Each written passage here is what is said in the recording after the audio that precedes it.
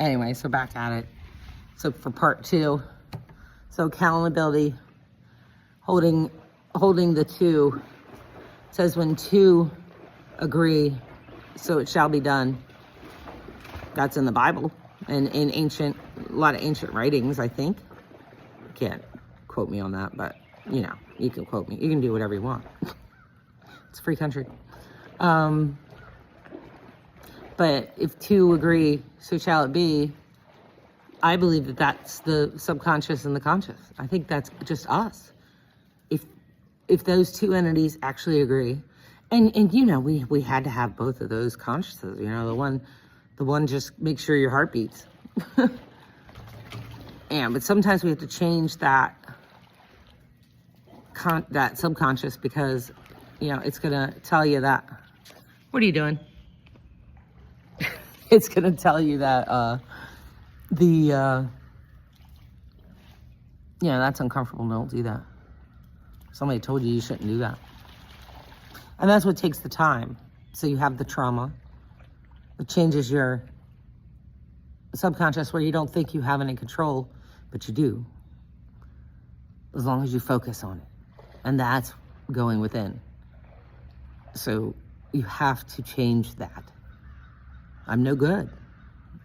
I was told by a plethora of people, actually most of the people that I came to encounter with were just like, yeah, you're no good.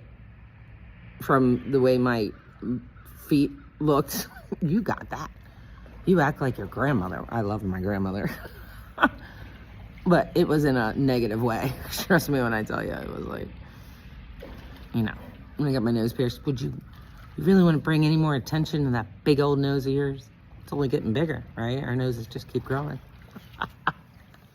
This is all stuff that's locked up in the subconscious that you just have to give away. Yeah, it might be true, but you can't let it stop you.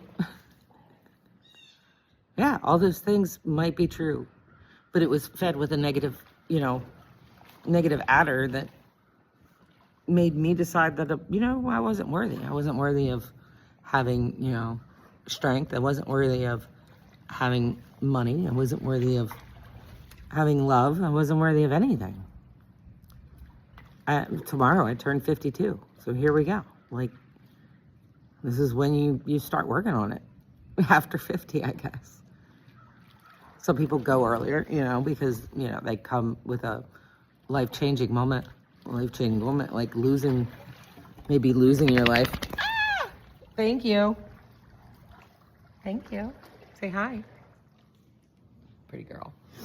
And, you know, they are lucky enough to get it earlier, but, you know, it is what it is. You hit it when you hit it. Some people never do. Some people just linger in that little 10%, and they're fine with that. They cycle through and over and over, and they feel it over and over again, and they're like, oh, this doesn't feel good. I'm going to go find it somewhere else. Oh, this doesn't feel good, so I'm going to go out and find it somewhere else. Oh, this does. The cycle. And they stay in that 10%, and they don't grow through that other 90. Well, because like 50% of that 90 or 100% is uncomfortable. So you want to stay in that 10% because this much of it's uncomfortable to get to that much. The sun, look at that. To get to that bit. So getting to that bit. And they know it exists. I mean, talk to anybody who's made it. And they're like, wow, if you look at them and you're like, oh, you just, overnight, you just got that. And they're just like, nope. That was years and years of dark discovery. Some of them do it in reverse, right? We bring up our kids and, you know, the child actors and actresses that, you know, had to do their own dark night of the soul and then come back. Like, I'm thinking Robert Downey Jr., for example.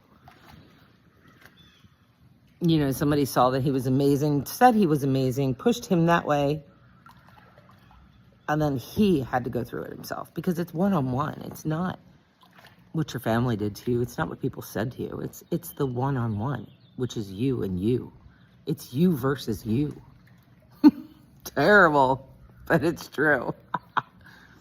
So, anyway, get out there.